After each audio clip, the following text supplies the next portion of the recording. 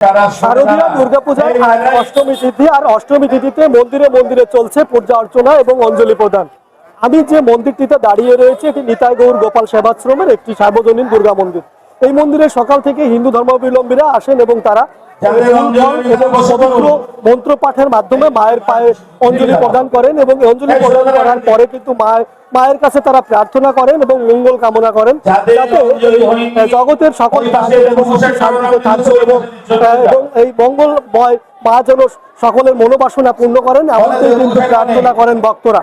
তবে এই মন্দিরটা ঘিরে যেন একটা উৎসবের আমেজ বয়ে যাচ্ছে সকাল থেকে এবং এখানে শত শত মন্দির ভক্তরা এসেছেন এবং এই মন্দিরে অঞ্জলি প্রদান করেছেন এবং এখানে কিন্তু সকল দর্শনার্থীরা রয়েছেন এবং অঞ্জলি প্রদান করেছেন তারাও কিন্তু এখানে এসেছেন এবং অঞ্জলি প্রদান করেছেন পবিত্র মন্ত্র পাঠের মাধ্যমে তারা এই অঞ্জলি প্রদান করেছেন।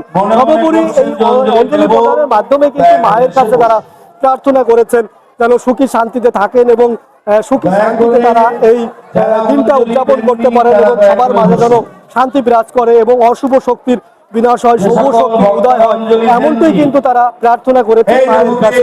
এমনটাই কিন্তু তারা এই অঞ্জলি প্রদানের মাধ্যমে কিন্তু মায়ের কাছে তারা প্রার্থনা করেছে। তবে এই জেলাতে মাগুরার আবার 615টা মন্দিরে কিন্তু হিন্দু ধর্ম অবলম্বীদের দুর্গা পূজা অনুষ্ঠিত হচ্ছে এবং এই অনুষ্ঠানের মধ্য দিয়ে কিন্তু মাগুরায় আজ অষ্টমী পূজা অনুষ্ঠিত হচ্ছে এবং আগামীকাল রয়েছে নবমী পূজা এবং দশমী পূজা।